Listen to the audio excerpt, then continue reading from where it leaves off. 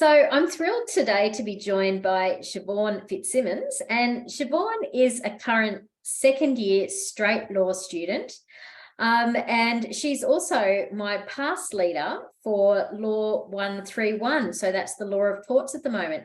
So I thought I'd ask her to sort of join me today and tell me a little bit about, what she's been doing, why she decided to study law, and, why is she such an amazing past leader who I keep getting all of these compliments from all of the students. So, thank you so much for that, Sioban. But first of all, Sioban, would you please be able to introduce yourself and tell us a little bit about what you've done to date in your life and career? The story so far. Story so far, yeah. The story so far. I am over in Perth. I live in Perth. I grew up in country WA, lived in Perth, schooled in Perth for high school. I always joke that I was brought up in a country legal practice. I was brought up by country lawyer parents who then ended up at the Supreme Court. So we ended up in Perth.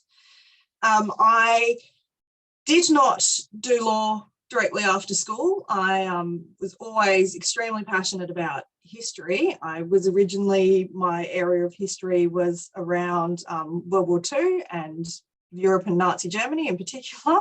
That's my favourite too, Sioban. Yep. Yeah, I did history in my arts degree, and that was definitely one of my favourite areas. Yep. Yeah, and that's what I absolutely loved. We have a very awkward bookcase because it is all the Nazi books with swastikas and big red and black books, etc. We always have to explain to people that this is for academic reasons. Academic interest only. Yeah, academic interest only. But when I was at university, I then fell in love with medieval history, and so that ended up, my major was in medieval history, and part of that I got really into legal history. I am a big legal history nerd, really love it. And so I did some sort of specialist work around that, a thesis around that, etc. I went off and worked, bizarrely enough, I went and worked in the car industry, selling cars, and in finance for a few years.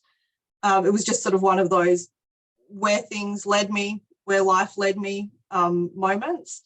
I did that for a few years, and I decided that actually I really wanted to go back to university and do law. So I did that, and I went to do a full-time, on-campus law degree at UWA. I worked for the Law Reform Commission of Western Australia, which was really interesting. That was a really lovely blend of my history skills and knowledge and the legal stuff. So the project I worked on for a while too was we did a big big paper on juries, and I did all the historical research into juries, etc., which was really fascinating. And I worked as a researcher for various barristers and solicitors that I knew sort of privately, worked on some really interesting things that way, and thought, I'll just sort of take 6 months and go have a baby, like one child before I start work. I didn't want to sort of interrupt career to go off and have babies. So I thought I'll get that out of the way now. And as I always joke, that was like 12 years and 3 children is what they ended up being. My 6 months was 12 years and of not working as much as one doesn't work. Yeah, I think that's probably the hardest work you can do, staying home with kids. Yep, bringing children up. Yeah, and my engineer husband mostly works away up north, as so many do in Perth. That's we're a FIFO town. Yep. And I lived up north for a while. I always did in and out of that. I did sort of private work, research work, and writing work, etc. And I think I always kept up my interest in both history and the law. And I was very certain, though, that I was quite happy being at home, didn't need to go to work full-time. And then nearly 2 years ago now, I was asked by some lawyers to come in and help them out on actually an estate management that they had. There was a particular issue around that estate that I guess my background and my skills lent, what's the term, sort of, made sense, for that. So they asked me to come in and do that. And I do, like, it was literally a moment of sitting there after several weeks and sort of looking around and realizing, or remembering, I love this. Like, I love being in this environment. I love all this the sort of day-to-day things that happen in particularly a country. I'm a very passionate advocate of country legal practice and how fabulous it can be. I know everyone sort of dreams of the suit style working in the city and the fancy clothes with the marrying big a prince. clients. Yeah. Well, yeah, the marrying a prince part, but maybe not that. That doesn't look so good, actually. No. No, looks like life in a teacup. Yeah, look, I think country legal practice is amazing. It's fascinating. It's so dynamic. You are constantly under the pump. Like, it is an unbelievable amount of work. But it's really rewarding and it's really enjoyable. And I just sort of had that moment that, why am I not doing this? Like, I love this. So then I thought, well, I really should finish my degree, because I can't get a practice certificate because my degree was mostly finished but not. And went down the path of discovering that because it had been more than 10 years, I needed to basically restart the whole degree again. Yeah, which was, that would have been a nice surprise, not?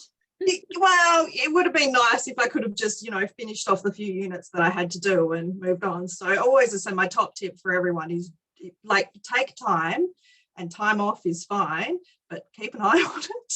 Keep an eye on before you know it. Yeah, before you know it, 10 years goes by. 10 years doesn't take long. Yeah.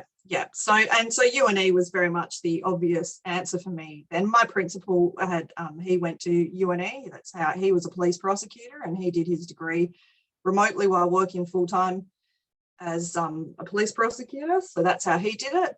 So again, he's very supportive of me doing this remotely, and it's worked brilliantly for me in terms of balancing life and work and study. It's been really, really good. That's fantastic, Sioban. So now I understand. So what do you like sort of most about studying? Like, what have you enjoyed most about your time with UNE Law, and what subjects have really resonated with you thus far? All of it. I mean, the law is about people, and it is about, I always sort of think, if you like people watching, you'll like the law. It's very much about people and about stories. I think that's why when you come from a history background as well, very often people who come from history, or people who've done arts degrees and done a lot of English lit and things like that, are very attracted to law, because it is stories. And you're constantly and you're constantly reading these really interesting stories. And I often say to people about, especially early on when you're trying to learn to read cases and to get into case laws, like, treat them like stories. Like, they're like short stories, sometimes very long. Sometimes those terrible High Court judgments can be very long. Yeah, and sometimes it's with like no discernible beginning or end. Yeah, and sometimes it's trying to read Chaucer or something, where it's like a completely different language. Yeah. But you learn to deal with that. You get into the groove of it. But it's just people. It's just stories. So, and I think that's why things like torts are so fascinating. Oh, absolutely. Again, you just have to remember this is people. It's very often people who were just doing perfectly ordinary, everyday things, and some extraordinary thing happened to them, or actually some, again, quite ordinary thing happened to them, but the consequences of it can be extraordinary. Absolutely. I continues to surprise me every day. There's no doubt about that. There's always always, and you sort of and I am someone who sort of stalks. I look at recent judgments all the time, both through, the WA ones, obviously I'm always combing through, but New South Wales ones as well. And it is just sort of amazing, the like wild stories you sort of stumble across all the time. It's really, you wonder how sometimes people get themselves into such pickles. That's what I think. Yeah. Why did that happen? But it is interesting. So how do you think, you know, you learnt, because the students in my torts class, or in our torts class, are just loving your sessions, just absolutely loving your sessions, and finding you, I think, very human, very approachable, and really engaging. So where do you think you've sort of got that knowledge from? Do you think it's just sort of instinctive, or do you think it's because you have been involved with the legal system pretty much since childhood?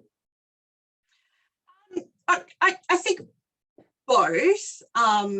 My parents were the kind of people who brought work home, but in a good way, in that, you know, we always had dinner table conversations about what they did and all these fascinating points. One of the stories I like to tell about my mother, to sort of demonstrate what she's like, I think I was about 9 or 10, and I asked her sort of randomly, Mum, is finders keepers, like, is that a thing? Is that real? And so she photocopied and gave me Parker and British Airways to yeah, which, you know, I did. I actually still have the copy of it. And I think that might have been, you know, part of, at the time, she was teaching property law at UWA. So, but this was the sort of thing that we always talked about. My parents very much believe that you answer whatever question you're asked by your kids, and, you know, in an appropriate, but, you know, you give them actual real information. You go through this, you know, again, we're all quite passionate about history, etc. So I think I've always grown up with just absorbing that, and absorbing it in terms of being people's stories as well. That, again, this is ordinary, everyday things that people do. Mum and Dad both did a lot of probate work, which I absolutely love too. And one of the reasons I love that is like people's whole stories. It's their whole life histories. Right. It's really, I always say, like, this sounds weird, but I love death certificates, because they're fascinating. This is the historian in me too, that, like, as a single document, it is fascinating how much is there and also is not there, that it invites all these questions and all these, you want to know more, and that's, yeah, I know it's weird. Like, I can just imagine you at a dinner party and people say, Siobhan, what are your main interests? And you say, I really love death certificates. I think they probably, you know, run pretty quick, would be my sense. I know, but no, it's really yeah, they're really interesting, and I think it's those little things you come across all the time, and I really love that. And I think I both love the very practical elements of law. I always think I'm a very solutions practical. Again, I was always brought up with this idea that every problem has a solution. It might not always be the best solution or best outcome, but there is a solution to everything in life. And I think that's a very lawyer attitude. It's a very good lawyer attitude to go, right, okay, here is a problem. Come up with the best worst in some circumstances. May not be a solution that everybody loves, but a solution. Yeah, absolutely. Yep. And interesting, that's what I've been saying in past. Last week we were talking about damages specifically, saying that, is this an ideal scheme? No, but it's what we have, so we have to work with it. You know, you can go through the sort of the philosophical arguments about, can you put a price on the loss of someone's finger? Well, no, but you kind of have to. You know, you've got to do something. It's better than nothing. Got to do something, and it's better than nothing, and it's what we have. So that, and so you treat it like that. Completely. And so when, obviously, I want you to be my past leader forever. But when I love to do that. when you do finish your law degree, what do you hope to do? Are you going to continue on, or maybe you shouldn't say with where you're working? Well, perpetual studenthood, which tends to be a habit. Yeah, probably. I would really love to teach. I really enjoy that, and PASS has really cemented that for me, that I've always thought that I would enjoy teaching, and PASS has really cemented that. I really, really love that. There's a real, without sounding completely pompous, but I like sharing the knowledge that I have. Like going, and it's like, I knew this sort of pain it took to go through the process of figuring this thing out. Let me try to save you that pain and get you there in a way that makes sense. I really enjoy that. It's really really enjoyable engaging with the other students. Do you find that, I often find I learn just as much from students as they hopefully do from me. So it's I think it's a beautiful interaction that we have the privilege to have with an amazing group of students. I think it is great. Yeah, and we've had some really great, really interesting discussions, again, often around those sort of philosophical underpinnings of things, or sort of around the concepts, and that's really enjoying. And it's really enjoyable because you get all people's different perspectives, people who, at different ages, different stages of life, come from different places, and to come together and talk through those issues. And that's the beauty of UNE. That is the beauty of absolutely UNE law, is that you have people, you don't just have one type of people from one area, you have people from all different contexts, and that in my opinion creates the most beautiful tapestry, of knowledge and sharing of knowledge, etc. So it's wonderful. So Sioban, apart from death certificates, what would you say were your other sort of key interests? And this is a really easy question that I often pose to people that you're going to have no problems answering. But what would you describe as being the best day of your life so far? Oh, wow. Is that meant to be an easy question too? Yeah. No, super easy. So first of all, what do you like doing? Aren't I supposed to say the obvious things like, my wedding, or any of the 3 days my children, although I think anyone who's had given birth knows it's not necessarily the best day of your life.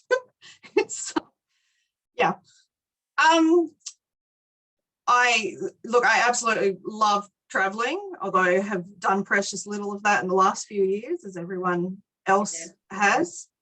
And I think I love traveling for all the same sort of reasons. Obviously, I'm a history nerd, so I love going anywhere around that. And the husband and I, we always have this, how when we travel, we tend not to go to we go to America quite often, but yes, I've been to New York, I've been to LA, I've been to Chicago, etc. But we like to do things like we'll go stay in, Indianapolis for 10 days and, go somewhere a bit more off the tourist track and just sort of hang around and absorb and get the character of the place. That sort of thing is really interesting. That probably relates to your storytelling, the reason you like people watching and storytelling, because you're seeing authentic experiences rather than just what the tourist, what the tourist generally sees. So that would make sense. Yeah. But I'm basically a big history and politics nerd. I read a lot of history, politics, law books. I actually feel a bit bad about this because I recently heard that this is an aging millennial thing, but I love podcasts, and I have a quite long commute to work. So I live in Perth. I live in the hills of Perth, so I'm sort of on the outskirts. And I work in a country town, which is in the wheat belt. But for me, it's actually it's an hour's drive away, and it's a lovely country drive. I go through one set of lights and one stop sign is my entire hour-long drive. And it's that's my quiet me time. It's me in the car on my own. And I have a bunch of podcasts that I listen to. That's my enjoyable from work time. Yep, that kind of thing. But I don't know. It's just lots of things like that. It's not. I'm very, very. I think the last few years have obviously been very consumed by little kids. Life in general, getting back to work has been a bit of a transition in terms of learning how to balance everything, learning what things you have to let go. That's been my big, my linen closet, the spare room, things like that.